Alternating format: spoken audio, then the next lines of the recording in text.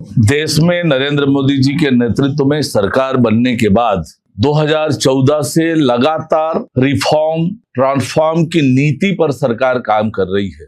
वक्फ संशोधन बिल के राज्यसभा लोकसभा दोनों स्थान पर पास होने के बाद एक बहुत बड़ा रिफॉर्म वक्फ संपत्ति को लेकर होने वाला है। देश में रेलवे सेना के बाद सर्वाधिक जमीन जो है वो वक्फ बोर्ड के पास है। रेलवे के पास 33 लाख एकड़ जमीन है, सेना के पास 17 लाख एकड़ जमीन, तो वक्फ के पास 9.4 लाख एकड़ जमीन है। इतनी बड़ी जमीन, और आप उस जमीनों के मैनेजमेंट के बारे में आप विचार करें तो कुछ चुनिंदा लोगों के कब्जे में वो जमीन है। जिस उद्देश्य के लिए वक्फ का गठन होता है, उस गठन के विपरीत कुछ चुनिंदा लोग उसका लाभ उठा रहे हैं। किसी भी संपत्ति को वक्फ की संपत्ति घोषित कर दिया जा रहा था, चाहे वो सरकारी संपत्ति हो, चाहे वो आदिवासियों की संपत्ति हो, अन्य किसी धार्मिक संस्थान की संपत्ति हो। ऐसी बहुत सारी खामियां थी, अव्यवस्था थी,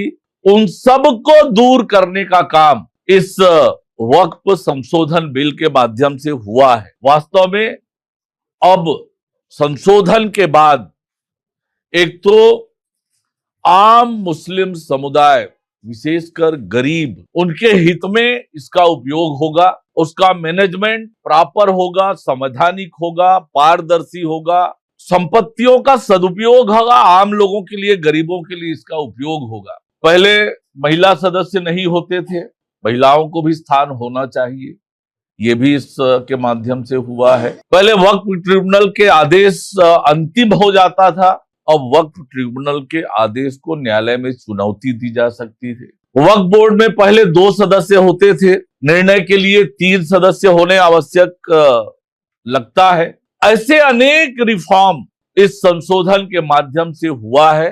वास्तव में ये नरेंद्र मोदी जी का जो संकल्प है रिफॉर्म और ट्रांसफॉर्म लाने का, उसी की दिशा में ये बहुत बड़ा कदम है।